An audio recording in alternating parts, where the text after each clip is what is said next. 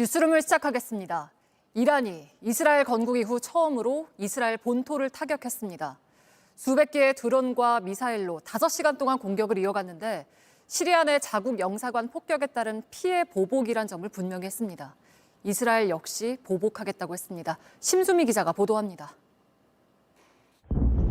현지 시각 13일 밤, 굉음과 함께 밝은 빛의 발사체가 이스라엘 하늘을 가로지릅니다. 이란이 이스라엘을 향해 폭발물을 탑재한 무인기와 탄도미사일 300여 대를 쐈습니다. 공격은 약 5시간 동안 이어졌는데 이스라엘 군 대변인은 해당 공격의 99%를 국경 밖에서 격추시켜 큰 피해를 입지는 않았다고 밝혔습니다. 다만 소녀 한 명이 머리 부상을 입고 남부에 있는 군사기지가 일부 파손됐다고 설명했습니다. 이란 외무부는 성명을 내고 유엔이 보장하는 자위권 행사라고 주장했습니다. 지난 1일 주 시리아 이란 영사관이 이스라엘의 공격을 받아 12명이 숨진 데 대한 보복성 공격이라는 점을 분명히 한 겁니다.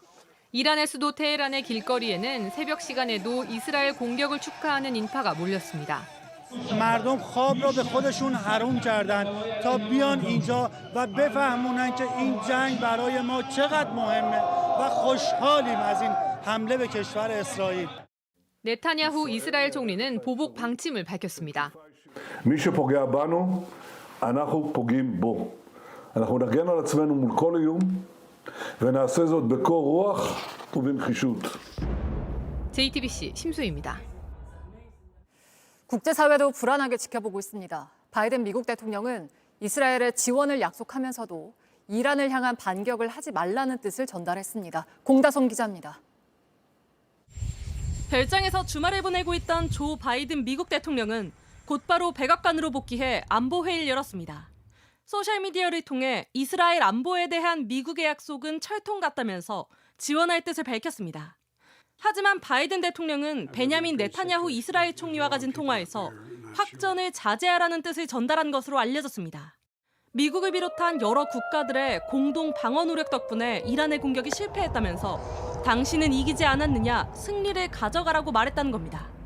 또 이란을 겨냥한 어떤 공세작전에도 미국은 참여하지 않고 지원도 하지 않겠다는 뜻을 전달했다고 복수의 미국 언론들은 전했습니다. 국제사회도 이란의 첫 이스라엘 본토 공격이 자칫 5차 중동전쟁으로 번지지 않을까 촉각을 곤두세웠습니다. 안토니오 구테르스 유엔 사무총장뿐 아니라 중동 지역의 사우디아라비아와 이집트에서도 양 국가 모두에게 최대한 자제해달라고 촉구했습니다. 유엔 안전보장이사회는 현지 시간 14일 긴급회의를 열고 이란의 이번 공격에 대해 논의하기로 했습니다. 전쟁이 커질 조짐에 국제 유가도 요동치는 분위기입니다.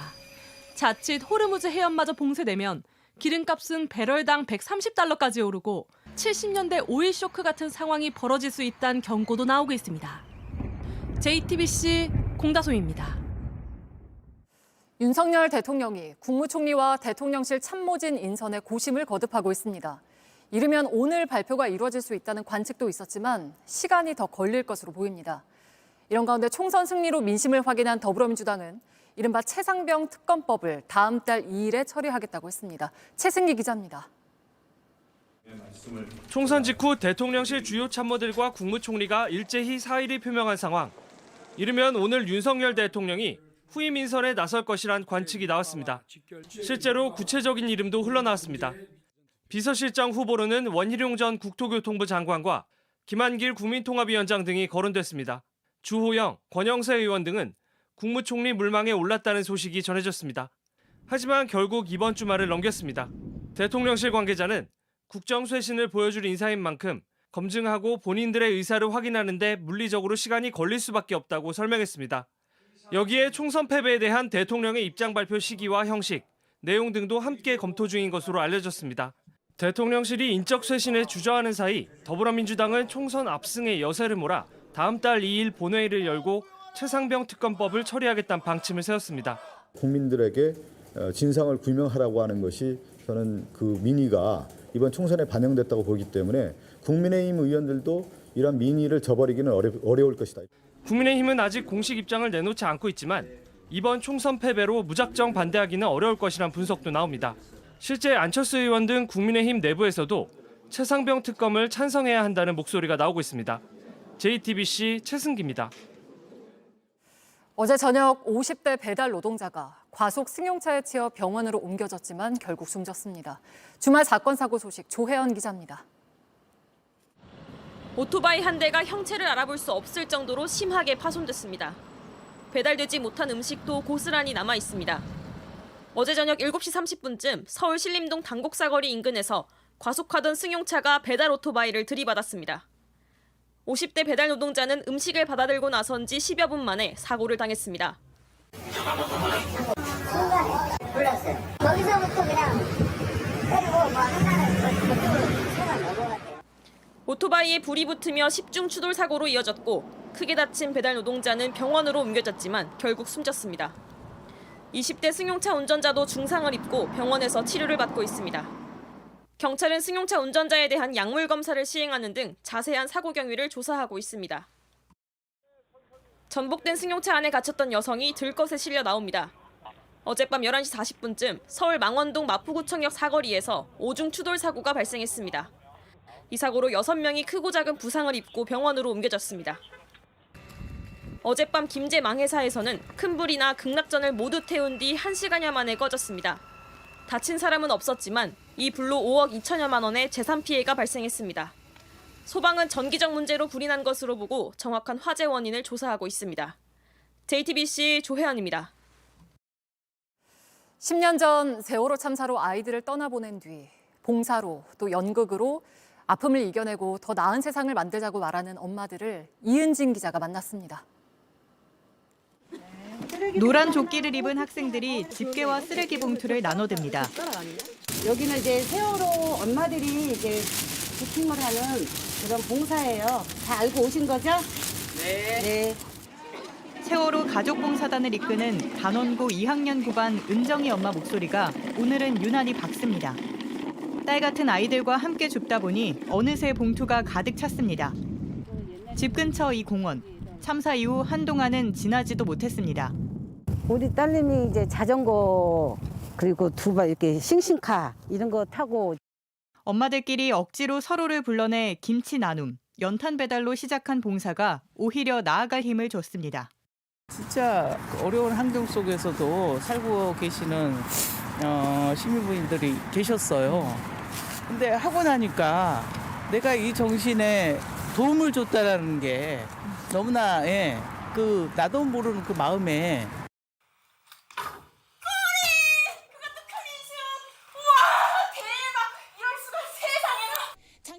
전국을 돌며 무료로 연극을 선보이는 엄마들도 있습니다. 무대 위에서 활짝 웃는 얼굴. 이제는 다 괜찮아져서가 아닙니다. 분노가 세상을 이기는 게 아니라 사랑이 세상을 이긴다는 건 진리인 것 같아요. 기억해달라고 더 잘 말하기 위해서입니다. 2학년 6반 영만 엄마가 아들 이름을 딴 이영만 연극상을 만든 이유기도 합니다. 영만이를 기억하는 게 250명의 아이들을 기억하고 250명의 아이들을 기억하는 게 세월호를 기억하는 거니까. 지난 10년 아픔을 넘어 더 나은 세상을 만들어보려는 엄마들의 노력에 세상이 조금씩 변하고 있습니다. JTBC 이은진입니다.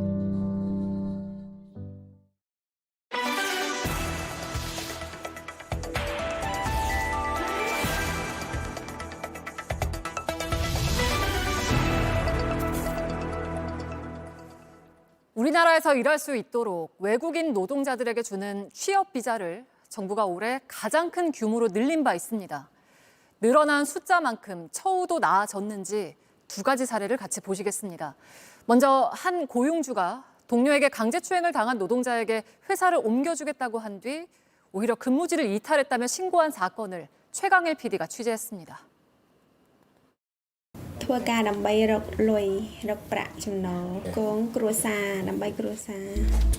지난해 10월 일자리를 찾아 한국에 들어온 A씨.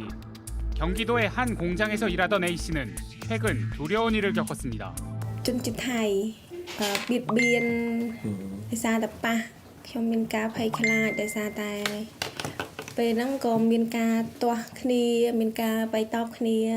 저녁 식사 중 술을 마신 한 외국인 노동자가 떨어져 앉아있던 A씨의 옷을 잡아 끌었고 동료 노동자들이 이를 말리면서 몸싸움까지 일어난 겁니다. 그날 밤엔 더 황당한 일이 벌어졌습니다. ជាងគាត់បានមកបឹកទ្វារបន្ទប់របស់ខ្ញុំ 18명의 외국인 노동자가 일하는 이 공장의 침실은 10개. 그런데 모든 방에 도어락 번호는 1, 2, 3, 4로 맞춰져 있고 바꾸는 것이 금지되어 있었습니다. ថាតើការរស់នៅរបស់យើងយ៉ាងម៉េចដែរស្អាតឬក៏អត់មានអនាម័យឬក៏អត់ឬមួយក៏មានអ្វីប្រែប្រួលអញ្ចឹងណាលោកគ្រូ A씨가 불안감에 문에 쇠사슬을 걸어뒀지만 부수고 들어온 겁니다. គាត់ទាញគាត់ដឹងថាជាប់ខ្សែតែគាត់កន្ត្រាក់ទាញជាយាមទាញឲ្យដាច់ 비명을 지르자 다시 아무 일도 없었던 것처럼 자기 방으로 돌아갔습니다. ខ្ញុំចាប់ដើមដោយសារតែច្បាក់ដាច់អញ្ចឹងខ្ញុំធ្វើរកអីមកចងផ្សេងអញ្ចឹងខ្ញុំយកខ្សែមកចងពី3កន្លែង 다음 날 고용주를 찾아갔지만 대답은 당황스러웠습니다. 얘는 왜 여기 잡았더니 너 바로 왜 했어? 죄송합니다. 괜찮아? 이제 안 그런데. 며칠 후에도 가해자가 정상적으로 근무한 것을 확인한 A씨는 회사를 그만두겠다고 하고 공장을 나갔습니다. 네 마음이 중요해. 네가 오케이 하면 같이 일하고. 아니야. 그래, 네가 가고. 네가 쌀가줄게. 그런데 다른 회사로 보내준다던 고용주는 이후 A씨의 사업자 변경 신고를 받아주지 않았습니다. 오히려 전화를 차단하더니 A씨가 근무지를 이탈했다는 신고를 했습니다. 취재진은 해당 공장을 찾아가 봤습니다. 고용 허가를 딴 데로 옮겨주신다는 그것만 받으면 사실 딴 데로 갈 수 있잖아요. 근데 그걸 왜 안 해주시는지가. 근데 당신들한테 내가 그거 해줄 의미도 없고 내가 이렇게 시간 뺏길 것도 없어요. 그냥 가세요. 그냥 법을 하시라고 그러라고. 여기 번호를 1, 2, 3, 4로 계속 다 이렇게 해두신 건 맞는 거죠? 그것도 알려줄 필요가 없죠. 우리가. 사건이 한 달 가까이 지났지만 해당 지역의 외국인 고용센터도 노동자 이탈 신고를 받았을 뿐 별다른 조치를 취하지 않고 있습니다. A씨는 졸지에 미등록 체류자 신분이 될 처지에 놓였습니다. JTBC 최강림입니다. 네, 이번엔 몇 달째 월급도 못 받고 일터도 옮길 수가 없는 노동자들의 얘기입니다. 뭐가 가장 문제고 또 해결 방법은 없는지까지 계속해서 최강일 PD가 전해드립니다. 지난 2022년부터 충남의 한 딸기 농장에서 일한 외국인 노동자들. 지난해 12월부터 일한 대가를 받지 못했습니다. 너희가 내가 빌린 거잖아. 이날 다 줄 테니까 일 반드시 가. 고용주가 운영이 어렵다며 월급을 주지 않았던 겁니다. 기약 없이 기다리던 외국인 노동자들은 이럴 거면 사업장이라도 바꿔달라고 요청했습니다. មកជំនួសពួកខ្ញុំសិនបានគាត់ឲ្យពួកខ្ញុំចេញហើយគាត់ឲ្យពួកខ្ញុំមកធ្វើការមួយខែទៀតហើយគាត់ក៏សួរបែបកំរាមថាពេលហើយពួកខ្ញុំមានផលវិបាកដោយសារតែនៅធ្វើការរយៈពេល4ខែហ្នឹងគឺអត់ទទួលបានប្រាក់ខែទេហើយអត់មានប្រាក់ដើម្បី 돈도 못 받은 채 하루 11시간의 노동을 하면서도 다른 일터를 찾을 생각은 하지 못했습니다. ដល់ពេលទៅក្រសួងប្តឹងរឿងលុយកាក់គេរុញមកឲ្យខាងក្រសួងការងារទៅក្រសួងការងារគេរុញមកខាងក្រសួងលុយកាក់វិញពេលអញ្ចឹងពួកខ្ញុំអត់ដឹងធ្វើម៉េចក៏សម្រេចចិត្តមកខាងអ្នកគ្រូវិញ 전문가들은 이처럼 고용주들에게 규칙 사유가 있는데도 사업장을 변경해주지 않는 경우가 많다고 지적합니다. 외국인을 고용하려고 하는 사업장이 너무 많다 보니까 현행 고용허가제도에서 점수제로 운영을 하고 있습니다. 특히 사업장 변경과 관련해서 사용자의 귀책 사유로 인해서 사업장이 변경된 경우에는 감점을 당합니다. 그런데 감점을 당하면 사실상 순위가 너무 밀리기 때문에 외국 인력을 제때 공급받기 어렵죠. 그러니 사용자 입장에서는 자기 잘못으로 노동자가 떠난 것이 아니라 노동자가 스스로 떠난 거다. 합법적인 노동 환경을 제공해주기 위해 만든 고용 허가제가 오히려 불법 외국인 노동자들을 만들고 있는 셈입니다. 그 사이 외국인 노동자들은 빚을 지며 버티고 있습니다.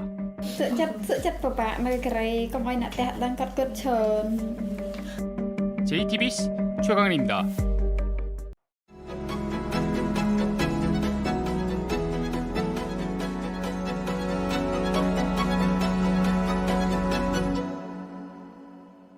네, 매일 어제 내가 아니길 바란다. 세대를 아우르는 영원한 청춘, 우리들의 아저씨 김창환 씨를 뉴스룸에 모셨습니다. 어서 오세요. 네, 반갑습니다. 네, 너무 반갑습니다. 너무 좋아요. 요즘 아침 일상이 조금 달라지셨을 것 같아요. 23년 동안 하시던 라디오를 이제 마치셨는데 어떻게 좀 달라지셨나요? 뭐 많이 달라지죠. 한 이틀은 좀 막 자꾸 발이 절리 가려고 그러고 서쪽으로. 그래서 조금 착잡하기도 했어요. 근데 그 아침에 23년 그 루틴이 너무 아까운 거예요. 그래서 뭐 체조도 하고 뭐 똑같게 생활하려고 노력하고 있어요. 아침장 마지막 방송을 봤거든요. 그래서 많은 분들이 마음 아파하셨어요. 너무 소년처럼 이렇게 기타를 부둥켜 안고 우시는데 그 모습이 너무 마음이 아프더라고요. 그때 어떤 감정이셨을까요? 그냥 먹먹했어요. 근데 또 계속 그런 생각이 제일 많았던 것 같아요. 이렇게 너무 슬픈 모습을 보이면 안 되는데 그 생각만 한 것 같아요. 라디오 하시면서 이런 이제 일상적인 이야기들을 많이 하셨잖아요. 네. 그게 이번에 책으로 또 엮여서 나왔어요. 그러니까 직접 쓰신 오프닝 원고랑 인생 철학에 대해서 여러 가지 얘기를 쓰신 게 있긴 한데 늘 새로운 어른이길 바란다 이런 말씀을 하셨더라고요. 저의 일상은 매일 똑같아 보여도 나는 어제 내가 아니길 바랬어요. 늘 그렇게 살고 어제에 매몰되고 어제 영광에 묻히고 그러면은 그게 그야말로 매일 새로운 해를 볼 수 있겠어요? 아침 풍경이 그렇게 다를 수가 없어요. 보면 매일 똑같은 길을 가잖아요. 네. 근데 어쩜 강물도요 매일 달라요. 매일 표정이 다른 거예요. 순수성에 대한 이야기도 많이 하시더라고요. 뭔가 아이들에게 더 다가가고 싶어하고 아이들이 가진 순수에 대한 그런 동경 같은 마음이 늘 있으신 것 같아서 간절하죠. 갈수록 더한 것 같아요. 근데 제가 아는 어른 중에 가장 순수한 어린아이 같은 어른이신 것 같다는 생각을 아마 시청자분들도 다 하실 것 같은데 철이 없죠. 죄송합니다.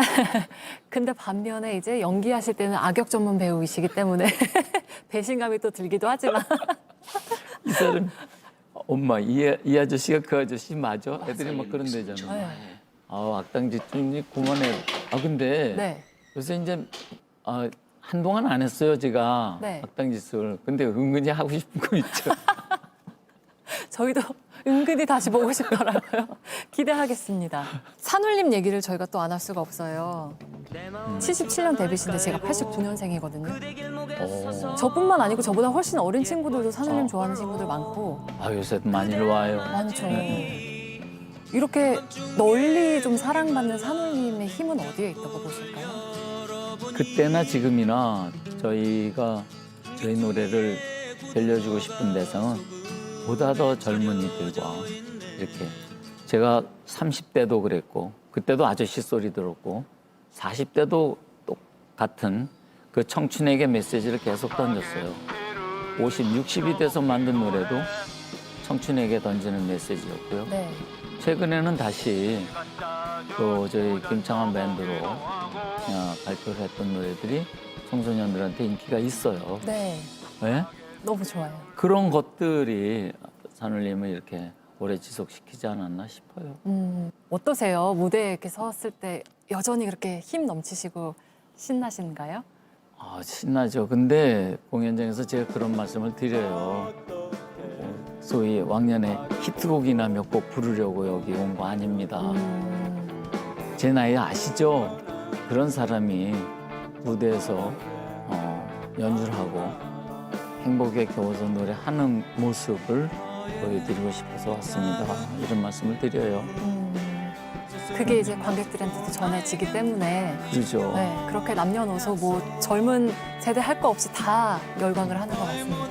그 앵커님 연배 네. 그런 분들 많이 와요 요새. 맞아요. 네. 좋아하죠, 많이 여전히. 옵니다. 네, 90년대생도 많이 오고. 계속 해주시면 좋겠어요. 열심히 하겠습니다. 네. 산울림 하면 여러 가지 떠오르는 곡들이 많지만 이제 며칠 뒤에 세월호 10주기이기도 하고 직접 쓰신 추모곡이 또 있잖아요. 한 사나흘 지났을걸요. 이제 네. 사고가 나고. 사나흘 지났는데 진짜 허파에 물이 가득 찬 것 같았어요. 그 답답한 마음을 그 방송하면서 그냥 써서 그날 방송을 하면서 그 곡을 완성을 하고 오후에 저희 키보디스트 그 작업실에 가서 그냥 취입을 한 거예요. 너무나 안타깝고 그래서. 네, 노란 리본이라는 제목. 예. 저희가 한번 청해 들어볼 수 있을까요?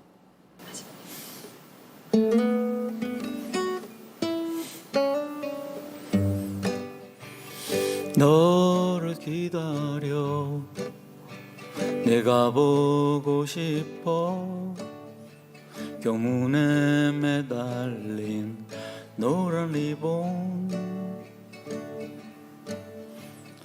푸른 하늘도 초록 나무도 활짝 핀 꽃도 장식품 같아 너의 웃음이 너의 체온이 그립고 그립다 노란 리본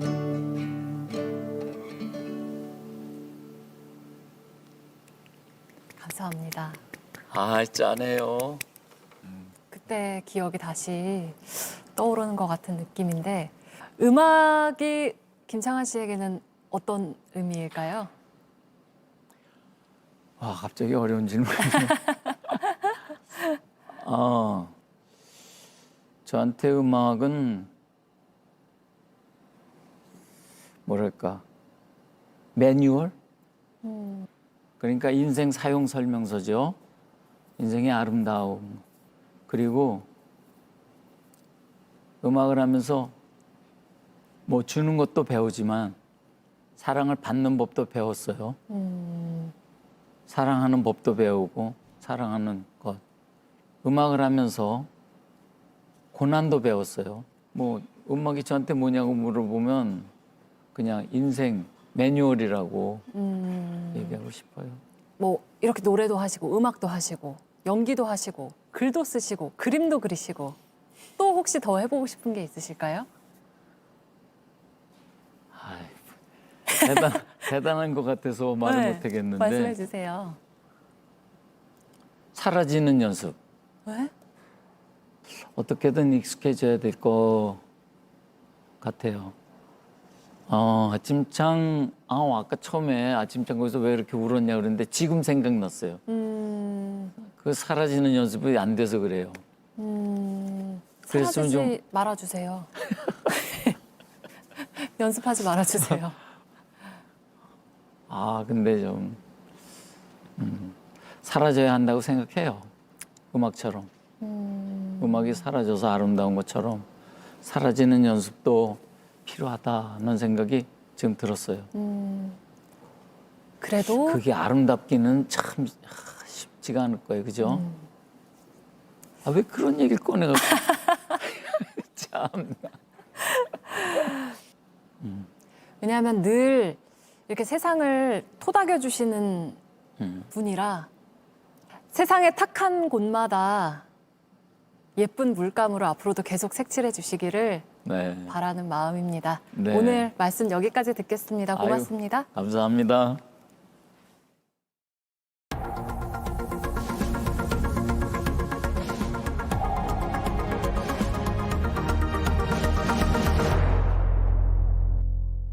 네, 뉴스룸 마치겠습니다. 시청해 주신 여러분 고맙습니다.